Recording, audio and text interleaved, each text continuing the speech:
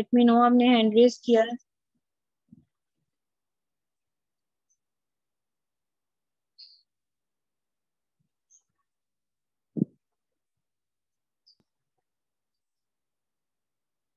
Okay अच्छा जी, हम topic को लेके चलते हैं। मैंने कहा था कि मैं करंट अफेयर्स और पाकिस्तान कोलैबोरेशन से साथ पढ़ाऊंगी, रिलेट करके पढ़ाऊंगी।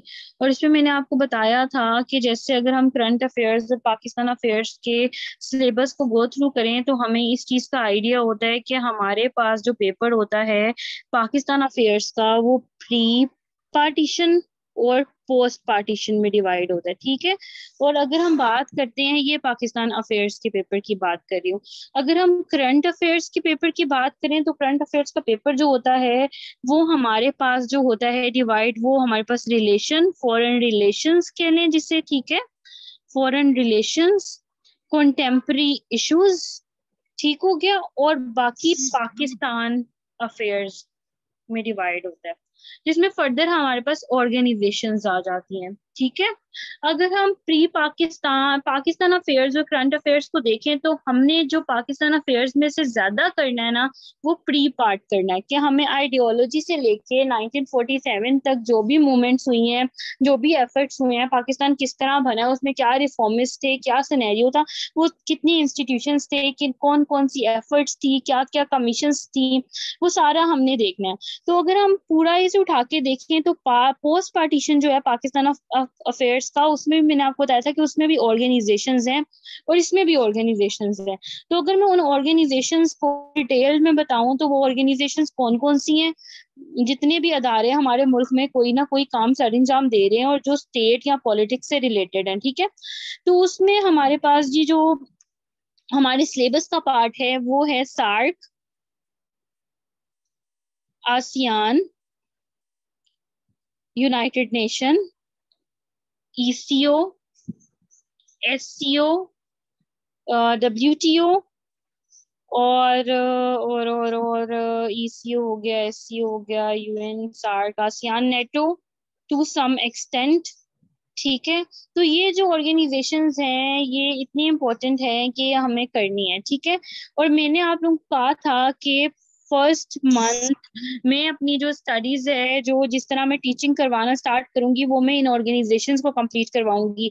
जब आप ये ऑर्गेनाइजेशंस कंप्लीट कर लेंगे तो आपको ये आइडिया हो जाएगा कि ऑर्गेनाइजेशंस क्यों बनी थी, इनका मकसद क्या है, और रीजन आपको ना एक्चुअली मैप को थोड़ा देखना पता चल जाएगा। जो बहुत बिगनर्स हैं जिन्हें नहीं पता साउथ ईस्ट एशिया क्या है, साउथ एशिया क्या है, नॉर्थ नेटो कहाँ पे है, तो ये चीजें जब इजी हो जाएंगी ना तो फिर फॉरेन रिलेशंस और कंटेम्प्रेरी इश्यूज बहुत इजीली हो जाएंगे, ठीक है।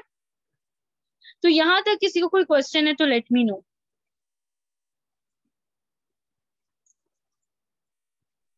No ma'am. ठीक हो गया। अब हम लेके चलते हैं कि सबसे पहले टॉपिक जो है वो हमारा सार्क है। जैसे मैंने पढ़ाया था कि सार्क, मैंने ये ट्रायल लेक्चर भी आप लोगों को वैसे इसमें थोड़ा सा दिया था कि सार्क क्या है, इसका क्या सिनेरियो है। तो ये सब चीजें जो हैं मैं आपको थोड़ा दोबारा रिवाइज करवा देती हूँ। सार्क जो है वो इसकी ये एब्रिविएशन है, south Asian association of regional cooperation. मतलब कि ये एक ऑर्गेनाइजेशन है जो कि कहाँ पे लाई करी है, जो कि साउथ एशिया में है, ठीक है। अब जब एक ऑर्गेनाइजेशन होती है, मैंने लास्ट लेक्चर में आप लोगों को बताया था कि एक अदारा किस तरह बनता है। दुनिया में दो तरह के अदारे होते हैं। एक रीजन, वो एक ऑर्गेनाइजेशन वो होती है जो किसी स्पेसिफिक खित्ते पे होती है, और एक ऑर्गेनाइजेशन वो होती है जो किसी पूरे ग्लोब में फैली होती है। तो जो हमारे पास किसी स्पेसिफिक खित्ते पे होती है उसे हम कहते हैं जी, उससे हम एक रीजनल ऑर्गेनाइजेशन कहते हैं। और जो पूरे ग्लोब में फैली होती है उसे हम कहते हैं जी, एक मिनट क्लास, मुझे स्टूडेंट्स पासवर्ड मांग रहे हैं।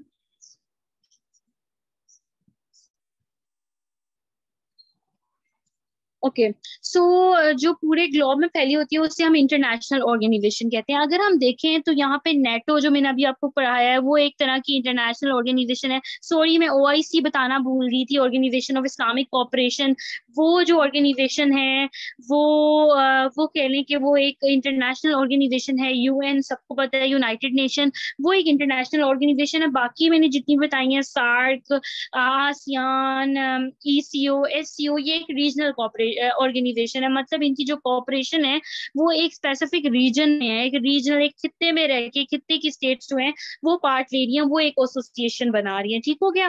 तो यहाँ पे अगर हम देखें तो हमारे पास जो सार्क है वो सार्क बनी थी, ये मैं लास्ट लेक्चर में सब बता चुकी हूँ जी। जो सार्क बनी थी जी, स्टैब्लिश हुई थी number 1985 under the 52 article of United nation. यहाँ पे जिन स्टूडेंट्स को मैंने लास्ट लेक्चर दिया था उन्हें ये तो पता होगा कि ये सार्क 1985 में बनी थी, लेकिन इसमें यूएन का क्यों रोल है, यूएन के चार्टर में क्यों बनी थी।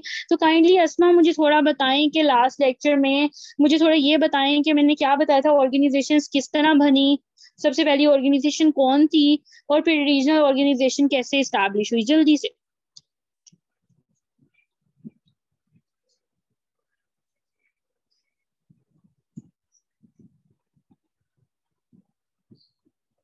कौन बताएगा क्लास, किसने मेरा लास्ट लेक्चर लिया था? अस्मा थी और कौन थे? फैसल आप भी थे, मेहर मेरा ख्याल है आप भी थे।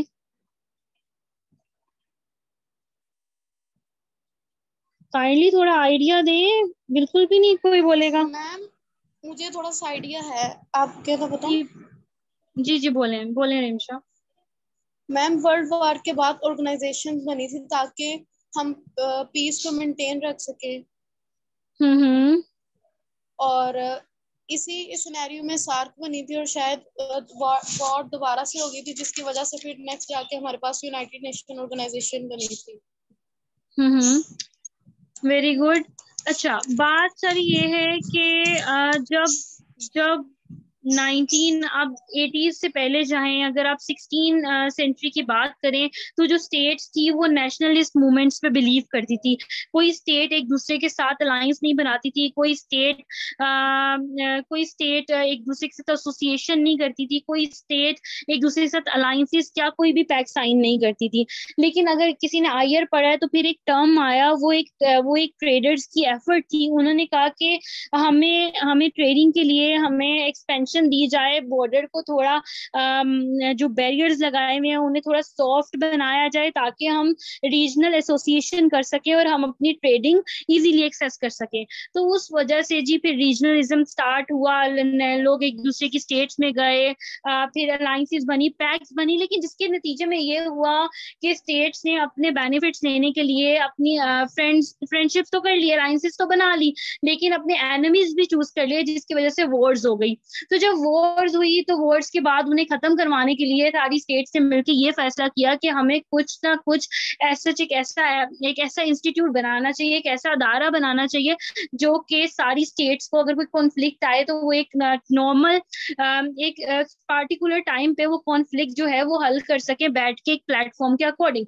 तो उसमें भी यूनाइटेड नेशंस बनी। जब यूनाइटेड नेशंस बन गई वर्ल्ड वॉर 2 के बाद, तो उसके बाद स्टेट्स ने कहा कि अब हमें यूनाइटेड नेशन में अपनी आवाज पहुंचाने के लिए हमें इकोनॉमी स्टेबल होना पड़ेगा, हमें हर तरह के लिए अपनी प्रोस्पेरिटी चाहिए, जिसकी वजह से उन्होंने कहा कि हमें कंपटीशन में आना पड़ेगा, तो हमें अपने रीजन को भी इस्टेब्लिश करेंगे, अपने स्टेट को इस्टेब्लिश करेंगे तो ही कंपटीशन में आएंगे। तो फिर इस तरह जो है वो रीजनल ऑर्गेनाइजेशन जो है वो इस्टेब्लिश हो गई। और जब यूएन यूनाइटेड नेशन एक अदारा बन गया तो यूनाइटेड नेशन ने ये बात कर दी थी, उसने अपने लॉ में अपना डॉक्यूमेंट था यूनाइटेड नेशन का जो चार्टर था उसमें उसने ये बात कर दी कि इंटरनेशनल कानून क्या है, इंटरनेशनल कवानीन क्या है, आलमी कानून क्या कहता है, आलमी अदारा क्या कहता है कि अगर कोई ऑर्गेनाइजेशन आप बनाते हो, अगर कोई अदारा आप बनाते हो तो वो अदारे के सारे मेंबर्स जो हैं उसकी फंडिंग करेंगे मिलके, वो उसके परमानेंट मेंबर्स होंगे, वो उसकी हर समिट में पार्ट लेंगे। इसके अलावा कुछ ऐसे मेंबर्स भी होंगे जो उस अदारे को ऑब्जर्व करेंगे।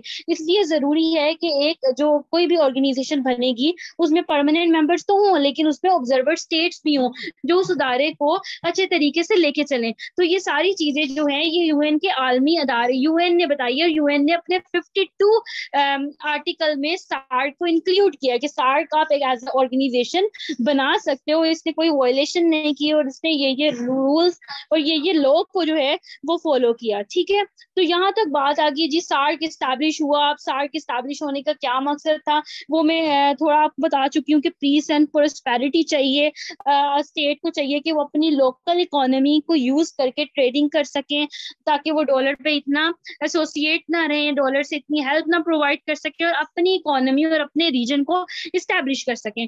अगर आप सार्क को देखें तो सार्क के जो मेंबर्स हैं जी, वो बांग्लादेश है, भूटान है, इंडिया है, मालदीव्स है, नेपाल है, पाकिस्तान है, श्रीलंका है, अफगानिस्तान है। तो अगर इन सबको देखें, ये आप याद कर सकते हैं MBBS पेन से, ठीक है। तो अब मैंने आप लोगों को बताया था कि स्क्रीनिंग भी साथ साथ आ रही है, तो आप लोगों को ये चीज याद रखनी होगी कि स्क्रीनिंग के लिए एक अलग से रजिस्टर बना लें, उस पर लिख लें कि स्क्रीनिंग है, और साथ साथ में वो जो रजिस्टर है वो ओपन करके रखा करें। जैसे ही मैं कुछ बोलती हूँ, कुछ कहती हूँ, तो उसके साथ वो चीजों को नोट डाउन कर लिया करें। जैसे कि मैंने कहा था कि वो लोग एक क्वेश्चन करते हैं, क्वेश्चन बहुत बार मैंने पास पेपर्स में देखा है कि how many founded members of SAARC या how many permanent members of SAARC. तो फाउंडेड मेंबर्स वो होते हैं कि जब 1985 में सार्क बनी थी तो उसका चार्टर, उसका साइन, उसको बनाने वाले कौन से मेंबर्स थे, ठीक है। और जरूरी नहीं है कि सारे खित्ते के मेंबर्स उस टाइम प्रेजेंट हो। अफगानिस्तान बाद में ऐड हुआ था, अफगानिस्तान जाके 2007 में ऐड हुआ था, 2007 में उसका 8वां मेंबर बना था। पहले अगर आपको अफगानिस्तान की थोड़ी हिस्ट्री पता होगी तो पहले सोवियत इन्वेजन की वजह से, फिर तालिबान की वजह से उसमें बहुत ज्यादा इंसर्जेंसी थी, जिसकी वजह से वो इस प्लेटफॉर्म में या सार्क की ऑर्गेनाइजेशन में पार्ट नहीं ले सका। जब वो थोड़ा स्टेबल हुआ, जब वहाँ गवर्नमेंट आई, उसके बाद उन्होंने जी अप्लाई किया और उनके बाद उन्होंने सार्क का एज अ परमानेंट मेंबर अपनी एसोसिएशन दी। तो ये चीजें आपने याद रखनी है कि अगर आपसे क्वेश्चन आता है, अगर ऑप्शन आती है कि how many founded members of SAARC, तो आपने जो आंसर देना है वो 7 है, और how many permanent members of SAARC तो आपने आंसर देना 8 है, ठीक है। इसके बाद चलते हैं, इसके बाद जो स्क्रीनिंग में पूछा जाता है वो ये पूछा जाता है कि कोई भी अगर ऑर्गेनाइजेशन है, ऑर्गेनाइजेशन का हेडक्वार्टर पूछ लेते हैं आप लोगों से, ऑर्गेनाइजेशन के जो सेक्रेटरी जनरल हैं वो पूछ लेते हैं कौन से हैं करंट, ठीक हो गया। ऑर्गेनाइजेशन के कितने परमानेंट मेंबर है, अगर कोई रिसेंट ऐड हुआ है तो वो पूछ लेते हैं। ये चीजें जो भी ऑर्गेनाइजेशन पढ़ाऊंगी उसकी आपने अच्छे तरीके से याद करनी है। या कोई उसका प्रीडिसेसर होता है, मतलब ये ऑर्गेनाइजेशन से पहले कोई इसी तरह की ऑर्गेनाइजेशन थी जिसके चार्टर पे ये बनी थी, तो इस तरह की चीजें जो है वो आपसे पूछ लेते हैं। अब जी अगर हम देखें तो इसकी ऑब्जर्वर स्टेट्स कौन कौन सी हैं, इसकी ऑब्जर्वर स्टेट्स जी चाइना है, ईरान है, जापान है, साउथ कोरिया है, मॉरिशस है, म्यांमार है, ऑस्ट्रेलिया है, यूनाइटेड स्टेट्स है, यूरोपियन यूनियन है, ठीक है। तो ऑस्ट्रेलिया और म्यांमार जो है वो 2008 में इसका पार्ट बने थे। इसके अलावा इसका खित्ता कौन सा आपको पता चल गया, साउथ एशिया के खित्ते पे ये वाकया है, और साउथ एशिया में अफगानिस्तान, पाकिस्तान, इंडिया, मालदीव, श्रीलंका, बांग्लादेश, नेपाल, भूटान। अब आगे जाके तो ये तो बहुत बेसिक है ना, आगे जाके हम इसकी क्रिटिकल एनालिसिस पढ़ेंगे, तो उसके लिए आप ये चीजों को ऑब्जर्व करना सीखें। सिर्फ रट्टा लगाना स्टडी नहीं होती, आपने ऑब्जर्व करना है। देखिए आपको डायग्राम से, आपको उसके ज्योग्राफिकल एक्सपेक्ट से, आपको उसकी कंट्री की लोकेशन से भी बहुत सी चीजें समझ आ जाती हैं। अब अगर यहाँ पे आप मैप में देखेंगे तो आपको ये चीज नजर आ रही होगी कि इंडिया का जो मैप है, यहाँ पे इंडिया का जो हेजमनिक डिजाइन है वो कितना ज्यादा है, कि इंडिया सार्क में सबसे बड़ी स्टेट है। मैं सिर्फ पॉपुलेशन की वजह से भी नहीं कह रही, उसकी इकोनॉमी की वजह से भी कह रही हूँ। फिर पाकिस्तान आता है, श्रीलंका है, और बाकी स्टेट्स तो बिल्कुल अनडेवलप्ड है ना। तो अब ये अंदाजा लगाएं कि यहाँ पे कितनी डिस्पैरिटी है, और इस वजह से क्या कोई कॉन्फ्लिक्ट आ सकता है, सार्क कैसी है कैसी नहीं है वो हम आगे जाके डिस्कस करेंगे। यहाँ तक क्लास कोई क्वेश्चन हो तो let me no. Ma'am screening के लिए आपने कहा है कि ऑर्गेनाइजेशन के हेडक्वार्टर्स, और 2-3 पॉइंट्स आपने और बोले थे, वो क्या थे? अच्छा, मैंने आप लोगों को कहा है कि ऑर्गेनाइजेशंस अगर आप लोगों ने, जैसे मैं सारा पढ़ाऊंगी, मैं इसको डेप्थ में पढ़ा रही हूँ, तो आप लोगों को आप लोग लिख लो स्क्रीनिंग पे, रजिस्टर ओपन कर लिया करो, क्योंकि स्क्रीनिंग के लिए चीजों को साथ साथ नोट डाउन करना बहुत जरूरी है। तो आप लोगों ने ये याद रखना है कि वो ये पूछ सकते हैं सार्क का करंट सेक्रेटरी जनरल कौन सा है, इजाला वेरा कौन है, वो किस मुल्क का है, ठीक है। इसके अलावा सार्क कब बनी थी, ठीक हो गया, 1985 8 दिसंबर। इसका चार्टर कब साइन हुआ, मतलब किसी ऑर्गेनाइजेशन का डॉक्यूमेंट्स कब साइन हुआ, वो कब बनी, पाकिस्तान उसका मेंबर कब बना, ठीक है। पाकिस्तान ने सार्क मिलके बनाया ना, इसलिए पाकिस्तान सार्क का 1985 में ही मेंबर बन गया, ठीक हो गया। उसके बाद अगर कोई करंट स्टेट इन 2 सालों में उसका मेंबर बनी है तो वो कब बनी वो आप लोगों ने मेंशन करना है, और साथ ही ही साथ उसका हेडक्वार्टर कहाँ पे है, उसका सेक्रेटेरिएट कहाँ पे है, इसका कठमांडू नेपाल में है। तो ये चीजें जो हैं आप लोग अपने मतलब नोट डाउन कर लो। ये चीजें बहुत ज्यादा पूछी जाती हैं, हर ऑर्गेनाइजेशन के बार बार पूछी जाती हैं, ठीक है। अभी भी रिसेंट स्क्रीनिंग जो हुई है उसमें उन्होंने सार्क के मेंबर्स पूछा था, उन्होंने उसमें नेटो का कुछ अब मुझे ऐसा आप पूरा याद नहीं है, लेकिन नेटो से भी कोई क्वेश्चन आया था। तो इस तरह के जो क्वेश्चंस हैं वो आते रहते हैं, तो ये चीजें जो हैं आपने याद रखनी है, ठीक है।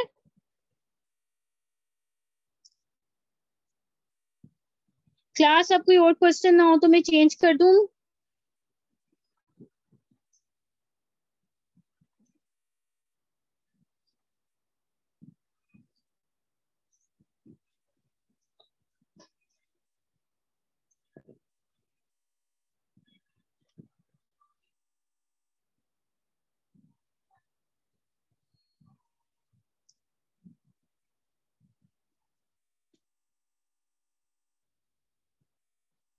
ओके, अब आगे चलते हैं।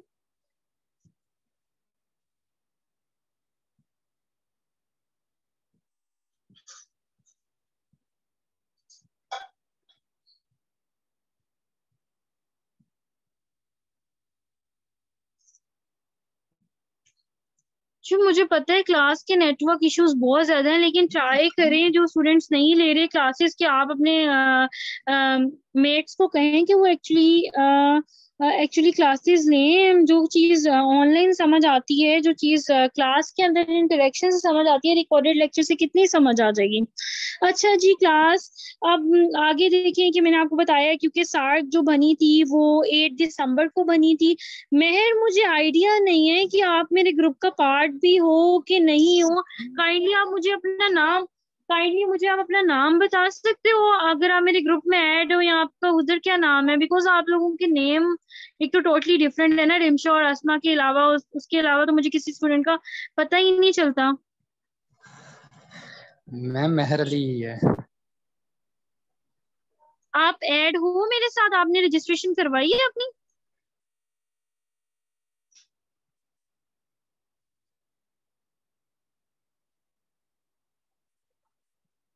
ओके क्लास, तो अब हम देखते हैं कि जो स्टार्ट है उसका चार्टर, उसका डॉक्यूमेंट साइन हुआ था 8 दिसंबर पे। ये सारी स्टेट्स जो थी अफगानिस्तान को निकाल के इन्होंने डिसाइड किया था कि हमें अब अपने रीजन को फ्लरिश करने के लिए, उसको प्रोस्पेरस करने के लिए हमें क्या एक प्लेटफॉर्म पे इकट्ठा होना पड़ेगा, ताकि हम ग्लोबली इतनी ट्रेडिंग और हर सेक्टर में इतने डिवेलप्ड हों कि हम अपना नाम बना सकें और वर्ल्ड के साथ compete कर सकें, ठीक है। तो उस वजह से सार्क का जो चार्टर है वो 8 दिसंबर को साइन हुआ था, इसलिए सार्क चार्टर डे मनाया जाता है।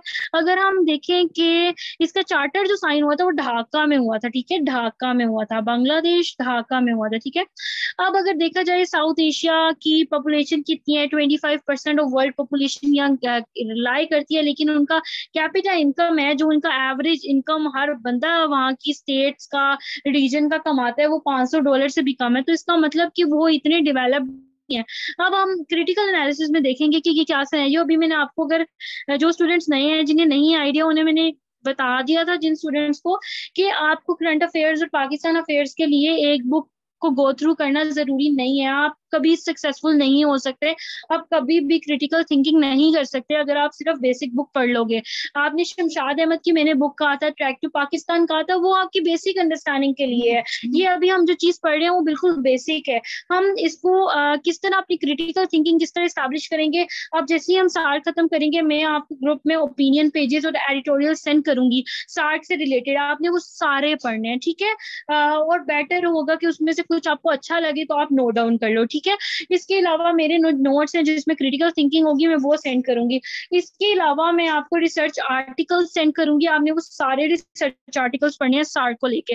अभी पहले दिन तो आपको एक टॉपिक पढ़ते हुए कोई 3-4 घंटे लग जाएंगे, लेकिन इंशाल्लाह जब आप इसको अपने पकड़ोगे, जब एक पाथ पे चलोगे, तो फिर आपको चीजें समझ आना पता चल जाएगा कि क्या पढ़ना है क्या नहीं पढ़ना, किस तरह गो थ्रू करना है। स्किमिंग करनी होती है हमें, पढ़ना हर चीज की होती है, हमें स्किमिंग करनी होती है। तो वो मैं चीजें सिखाऊंगी, तो फिर एक टॉपिक आपका 2 घंटा लिया करेगा, अच्छे से प्रिपेयर्ड हो जाएगा। इसलिए मैंने आपको कुछ नॉवेल्स भी सजेस्ट करूंगी, जैसे मैंने प्रिजनर्स ऑफ जियोग्राफी कहा था, इसके अलावा और भी नॉवेल्स हैं, तो वो भी आप साथ साथ ले लीजिएगा, ठीक है। तो अच्छा जी, हेडक्वार्टर कहाँ है, कहाँ इसका सेक्रेटेरिएट है, कहाँ पे इसकी डे टू डे वर्किंग होती है, वो हमारे पास जी काठमांडू नेपाल आ जाता है। फिर इसके बाद जी मैंने ऑलरेडी बता दिया था कि इसका पर्पस क्या है, पीस, स्टेबिलिटी और प्रोग्रेस चाहिए। अगर आप ओपनली बताओ तो उन्हें हर सेक्टर में, जैसे कि ड्रग्स होते हैं, जैसे कि एजुकेशन होती है, साइंस होती है, टेक्नोलॉजी होती है, मेडिसन है, हेल्थ है, तो इन सब में जो है इन्हें क्या चाहिए, फिर ट्रेडिंग है, इकोनॉमी जिसे कहते हैं कि ट्रेडिंग, इंपोर्ट एंड एक्सपोर्ट है, इन सब में इन्हें चाहिए कि एक दूसरे से एसोसिएशन करें, एक दूसरे के साथ रिलेशन बनाए, ताकि रीजन की अगर तरक्की होगी तो अल्टरनेटली स्टेट्स की भी तरक्की होगी। तो ये सब चीजें, सोशल प्रोग्रेस चाहिए, इकोनॉमिक ग्रोथ चाहिए, कल्चरल डेवलपमेंट चाहिए, टेक्नोलॉजी चाहिए, उन्हें अपने सेल्फ रिलायंस भी, आपस के बामी ताल्लुकात जो है वो भी एक तरह मतलब कहने के एक सोशल कल्चर बनाना है, ताकि अगर कोई दूसरे रीजन की स्टेट्स हैं या कोई इस रीजन को दूसरी स्टेट्स, वेस्टर्न स्टेट्स नुकसान पहुंचा रही हैं, तो सारे एक साथ इकट्ठे होके टुगेदरनेस के साथ जो है वो इश्यूज को सोल्व कर सके और अपना जो पॉइंट ऑफ व्यू है वो दूसरे यूएन के आगे रख सके। इसके अलावा जी एक क्वेश्चन वो है जो सार्क से बहुत आ जाता है कि सार्क का जो आइडिया है वो किसने दिया था। जी रिमशा पूछे। आपने कहा था कि जो सार्क चार्टर डे है वो 8 दिसंबर को हम बांग्लादेश, चार्टर साइन हुआ था बांग्लादेश और ढाका में, मतलब ढाका में बेसिकली हुआ था बांग्लादेश में, बट इसका जो हेडक्वार्टर है वो काठमांडू नेपाल में, मतलब 2 डिफरेंट स्टेट्स में है। ये पॉइंट मुझे नहीं क्लियर नहीं, जरूरी नहीं है। देखिए चार्टर क्या होता है, चार्टर होता है डॉक्यूमेंट, ठीक है, डॉक्यूमेंट, एक एक साइन, एक पेपर साइन करते हैं हम कोई भी इंडस्ट्री खोलने से पहले, कोई भी अदारा बनाने से पहले, कोई भी बिजनेस करने से पहले, इवन दो हम जॉब भी लेके जाते हैं तो एक एप्लीकेशन फॉर्म जो है वो हम साइन करते हैं, ठीक है। तो ये जो चार्टर होता है ये एक डॉक्यूमेंट होता है किसी भी ऑर्गेनाइजेशन का, जिसमें उन्होंने अपने रूल्स एंड रेगुलेशंस लिखी होती हैं, जिसमें उन्होंने अपने एम्स एंड एम्बिशंस लिखे होते हैं, जिसमें उन्होंने अपने चैलेंजेस, अपनी फ्यूचर डेवलपमेंट्स, अपने सारे गोल्स लिखे होते हैं, ठीक है। तो ये अभी मेरी बात आ रही है कि इसका जो आइडिया है ना, बेसिकली इसका आइडिया दिया था जियाउर रहमान ने, जो कि बांग्लादेशी लेट प्रेसिडेंट थे, ठीक है, बांग्लादेश के प्रेसिडेंट थे जियाउर रहमान, उन्होंने जी इसका आइडिया दिया था। तो जब उन्होंने आइडिया दिया तो उन्होंने बाकी स्टेट्स को इकट्ठा किया, अपने मुल्क में उन्होंने साइन कर दिया। जैसे कि अगर इनकी समिट्स होती हैं, कभी समिट पाकिस्तान होस्ट कर लेता है, कभी इंडिया होस्ट कर लेते हैं, कभी श्रीलंका होस्ट कर लेता है म्यूचुअल कोऑपरेशन के अकॉर्डिंग। तो ये सारी चीजें यही होती हैं कि समिट होस्ट करना या जो साइन करना, वो जरूरी नहीं है कि वो ही उसका हेडक्वार्टर बने। हेडक्वार्टर वो इसलिए बनाते हैं जो उस स्टेट के लिए जो थोड़ी फ्लरिश हो, जहाँ पे उनको लिए इजी हो, जहाँ पे वो सारी स्टेट्स को आपस में एक जगह रिलाई कर सके, जहाँ पे उनका सारा कहने के डे टू डे वर्क हो सके। सेक्रेटेरिएट डिफरेंट चीज है, और जो हेडक्वार्टर साइन जहाँ पे हुआ था वो बांग्लादेश में हुआ था, ठीक है। ओके। अच्छा जी, आगे चलें। अब आगे हम देखते हैं कि जो सार्क की एस्टैब्लिशमेंट है में 1985 में अंडर द 52 आर्टिकल यूएन। इसके अलावा मैंने उस दिन भी डिस्कस किया था कि जो यूनाइटेड नेशन के कुछ आर्टिकल्स हैं ये एमसीक्यूज में आ जाते हैं कि यूनाइटेड नेशन का 10th आर्टिकल क्या कहता है, या इंटरनेशनल लॉ की जो इंटरनेशनल लॉ की जो वायलेशन ना करना या ऑर्गेनाइजेशन को किस तरह चलाना है, वो यूनाइटेड नेशन के किस आर्टिकल में है। तो ये जो सारी चीजें जो हैं, ये सार्क जो है ये यूनाइटेड नेशन अपने 10th आर्टिकल में ये बताती है कि अगर आप किसी ऑर्गेनाइजेशन का मेंबर बनते हो तो आपने अपने बाहमी ताल्लुकात पे डिपेंड नहीं रहना, कि अगर मैन वाइल इंडिया और Pakistan is a member of SAARC, और अगर इंडिया और पाकिस्तान में कोई कॉन्फ्लिक्ट है तो उन्होंने अपने उस कॉन्फ्लिक्ट के रिलेशंस में रह के कॉन्फ्लिक्ट के अकॉर्डिंग सार्क को नहीं लेके चलना। और वो ये नहीं कह सकते श्रीलंका को या मालदीव को कि हमारे यहाँ ताल्लुकात आपस में ठीक नहीं है तो तुम पाकिस्तान को ना बुलाओ, तुम इंडिया को ना बुलाओ, ये चीजें नहीं होनी चाहिए। फिर उसने कहा जितने भी आप चार्टर साइन करो, जितने भी आप रिलेशंस रखो, वो सारे दुश्मनी के बिहाफ पे नहीं होने चाहिए। वो पूरी की पूरी आप ये चीज देखो कि आपका रीजन की डिमांड क्या है, आपके रीजनल की प्रोग्रेस किसमें है, तो उस अकॉर्डिंग की होनी चाहिए। आपके पर्सनल इंटरेस्ट जो है वो उसमें शामिल ना हो, ठीक है। फिर अगर हम देखते हैं कि सार्क का सेक्रेटेरिएट क्या है, तो सार्क का सेक्रेटेरिएट जो है 2 ब्रांच ब्रांचेस पे कायम है the council of ministers, the standing committee, मतलब जो इनका हेडक्वार्टर है उसको इन्होंने अपना इंस्टीट्यूशनल सेटअप किस तरह क्रिएट किया हुआ है। जो काउंसिल ऑफ मिनिस्टर्स हैं उनमें सारी स्टेट्स के फॉरेन मिनिस्टर्स बैठते हैं, जो कि समिट्स करते हैं, जो कि प्रोजेक्ट्स को डिजाइन करते हैं, जो कि अपने गोल्स क्रिएट करते हैं और बताते हैं कि ये प्रोजेक्ट हमने यहाँ करना है, साइंस का डिपार्टमेंट यहाँ बना लो, अब अफगानिस्तान को ये चीज की हेल्प कर दो, यहाँ पे ये इस्टेब्लिशमेंट होनी चाहिए।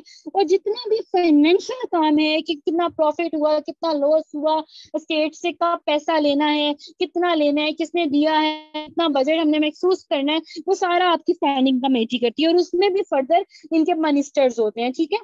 तो इसके अलावा इसको जो हेड करता है वो जनरल सेक्रेटरी होता है, सेक्रेटरी जनरल होता है, वो इसको हेड करता है। और वो कोई इलेक्ट नहीं होता, इलेक्शन से नहीं आता, वो अल्फाबेटिकली ऑर्डर में चेंज होते रहते हैं। जैसे कि अगर ए है सबसे पहले, अगर अल्फाबेट में ए आता है तो अफगानिस्तान है ए से, अफगानिस्तान का आ जाएगा, फिर भूटान, बांग्लादेश, इसी तरह अल्फाबेटिकली ऑर्डर में 3-3 साल के बाद चेंज होते रहते हैं। समटाइम ये 5 साल कर देते हैं, समटाइम ये 3 साल कर देते हैं। अभी जो लास्ट है वो श्रीलंकन है और उनका नाम है इजाला वीराकून, ठीक है। तो यहाँ तक क्लास कोई क्वेश्चन हो तो let me know.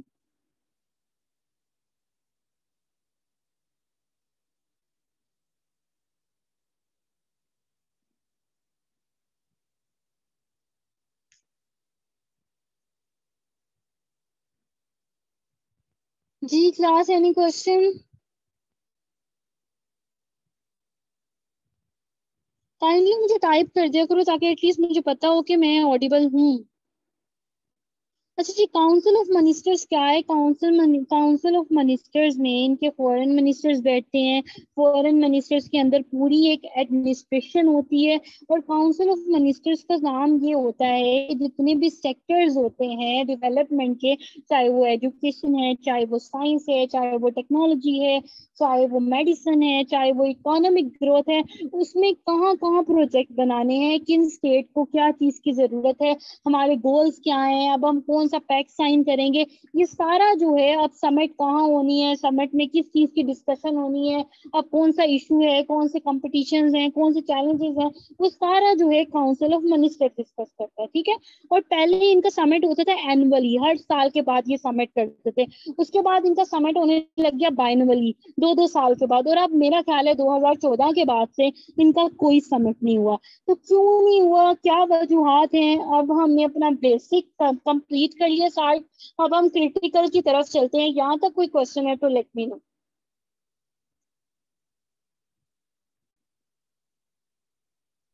No ma'am.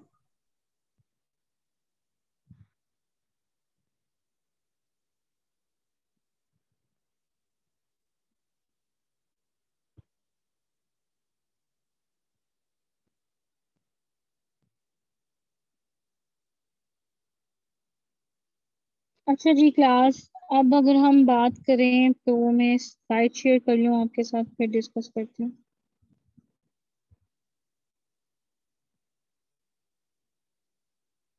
अच्छा जी क्लास, इससे पहले एक क्वेश्चन आप लोगों के साथ शेयर कर दूं कि मैंने आप लोगों को कहा था कि क्लास में जब हम क्रिटिकल एनालिसिस की तरफ देखेंगे तो मैं आपको गाइडलाइन दूंगी, क्योंकि क्योंकि ये टॉपिक ऐसा नहीं है। समटाइम हमने जिस तरह बचपन में पढ़ते थे ना, हम बचपन में इस तरह पढ़ते थे कि पहले हम टॉपिक की अंडरस्टैंडिंग कर लेते थे, उसके बाद हम देखते थे कि इसमें से किस तरह का क्वेश्चन आ सकता है। और टू बी ऑनेस्ट वाली बात है कि हम लोगों की जिस तरह पंजाब का एजुकेशनल सिस्टम है वो यही है, सारा डाटा बेस्ड है। और वो इन वजूहात पे है कि आपने अगर कोई टॉपिक पढ़ा है, वो पूरा का पूरा टॉपिक उठा के आपके पेपर में दे देते हैं कि जी व्हाट इज कश्मीर इशू। जी अगर कोई इश्यूज के what is Kashmir issue, 360 article क्या है, ये वो इस तरह के क्वेश्चंस आपने बचपन से पढ़े हैं। साइमन का मिशन क्या है, ये सारी चीजें, सिंध जो हमारा वाटर ट्रीटी हुई थी, इंडस वाटर ट्रीटी, वो क्या है। तो तो मतलब हमने जितना भी बचपन में पढ़ा है वो व्हाट की बेसिस में पढ़ा है। तो इसलिए हमें थोड़ा एजुकेशन को, अगर हम सीएसएस की प्रिपरेशन कर रहे हैं तो पहले हम जो भी टॉपिक पढ़ने लगे हैं उस टॉपिक, क्योंकि हमारे पास इतना टाइम नहीं होता, एक टॉपिक जो होता है वो इतना ब्रॉड होता है, इतना ब्रॉड होता है कि अगर हम उसकी एक एक चीज पढ़ने लग जाए तो हम एक दिन से ज्यादा उस पर टाइम दे सकते हैं। लेकिन हमें ये नहीं करना, हमने करना है, हमने स्मार्ट स्टडी करनी है, हमने चीजों को कॉम्प्लिकेटेड नहीं बनाना, चीजों को इजी लेके चलना है। और वो किस तरह करना है, हम जब उसको देखेंगे, सबसे पहले अगर हम कोई भी टॉपिक पढ़ते हैं सबसे पहले हम उसके डायमेंशंस खोलेंगे। अच्छा क्लास, मैंने आपको एक बात बतानी थी कि आप लोग डायमेंशंस खरीद लें, आपको वर्ल्ड टाइम्स की मिल जाएंगी, या फिर आपको किप्स की, या कोई भी अच्छी अकेडमी है उनकी मिल जाएंगी, या ये नहीं कर सकते तो कोई भी नेट पे देख लें, पीडीएफ में मिलता है। डायमेंशंस एक्चुअली ना पास पेपर्स होते हैं, लेकिन वो पास पेपर्स इस तरह नहीं होते। अगर आप ऐसे पास पेपर्स निकालोगे ना तो वो डायमेंशन वाइज नहीं होते, लेकिन अगर आपको आप डायमेंशन ले लोगे इसका मतलब ये होता है कि उन्होंने लिखा, उन्होंने टॉपिक वाइज हर ईयर का क्वेश्चन उसमें डाला होता है। कि जैसे अगर सार्क है ना, डायमेंशन में लिखा होगा, ऊपर हेडिंग दी होगी सार्क, ठीक है, ऑर्गेनाइजेशंस में, और नीचे अगर उसमें से कोई क्वेश्चन आया 2018 में, कोई क्वेश्चन आया 2011 में, कोई क्वेश्चन आया 2008 में, तो वो नीचे सारे क्वेश्चंस दिए होंगे और आगे लिखा होगा ये इस ईयर में आया। तो चीजें जो है ना, आपका टाइम वेस्ट नहीं होगा, जहाँ पे आप हर पास पेपर को गो थ्रू करो और फिर कहीं जाके देखो कि सार का क्वेश्चन किस किस में आया था, तो वो इजी हो जाएगा कि आपके आगे डायमेंशन पड़ी होंगी, आप सिर्फ उसको टैली करोगे, आप सार का पेज खोलोगे और आप देख लोगे कि कौन कौन से क्वेश्चन जो हैं वो आए हुए हैं, ठीक है। तो चीजें इजी हो जाएंगी। जब आप क्वेश्चन को गो थ्रू करोगे तो आपको एक बेसिक आइडिया मिल जाएगा कि इन्होंने किस किस डायमेंशन को टच किया हुआ है, और आप अपना एनालिसिस निकाल लोगे कि आप चार्ट में क्या हो रहा है और हम किस किस तरह की डायमेंशन से टच कर सकते हैं। अब देखें, यहाँ पे क्वेश्चन आया हुआ जी, ASEAN is more effective than SAARC, critically analyse forward statements and what SAARC can learn from ASEAN. कि जो सार्क ऑर्गेनाइजेशन है वो आसियान से क्या सीख सकती है, ये वाला क्वेश्चन जो चले इसकी डिटेल तो हमें अभी समझ आएगी ना जब हम आसियान पढ़ेंगे। और उसके बाद उन्होंने पूछा है कि सार्क आसियान से क्या सीख सकता है, तो यहाँ पे क्रिटिकली एनालाइज करना है। यहाँ पे आपको ये बात तो समझ आ गई कि ऐसा वो कर सकते हैं कि अगर एक ऑर्गेनाइजेशन तरक्की याफ्ता है और एक अगर अभी डेवलप नहीं है तो वो दोनों को कंपटीशन दे सकते हैं, दोनों के डिफरेंसेस और सिमिलैरिटीज को डिस्कस करना हमें कह सकते हैं। वो यूरोपियन यूनियन को लेके सार्क की बात कर सकते हैं, वो आसियान को उन्होंने सार्क की बात की हुई है, इन दोनों को रिलेट करके, तो इस तरह की डिमेंशन आ सकती हैं। फिर उन्होंने नीचे पूछा जी व्हाई सार्क इज इनएफेक्टिव जी and what type of challenges and failure it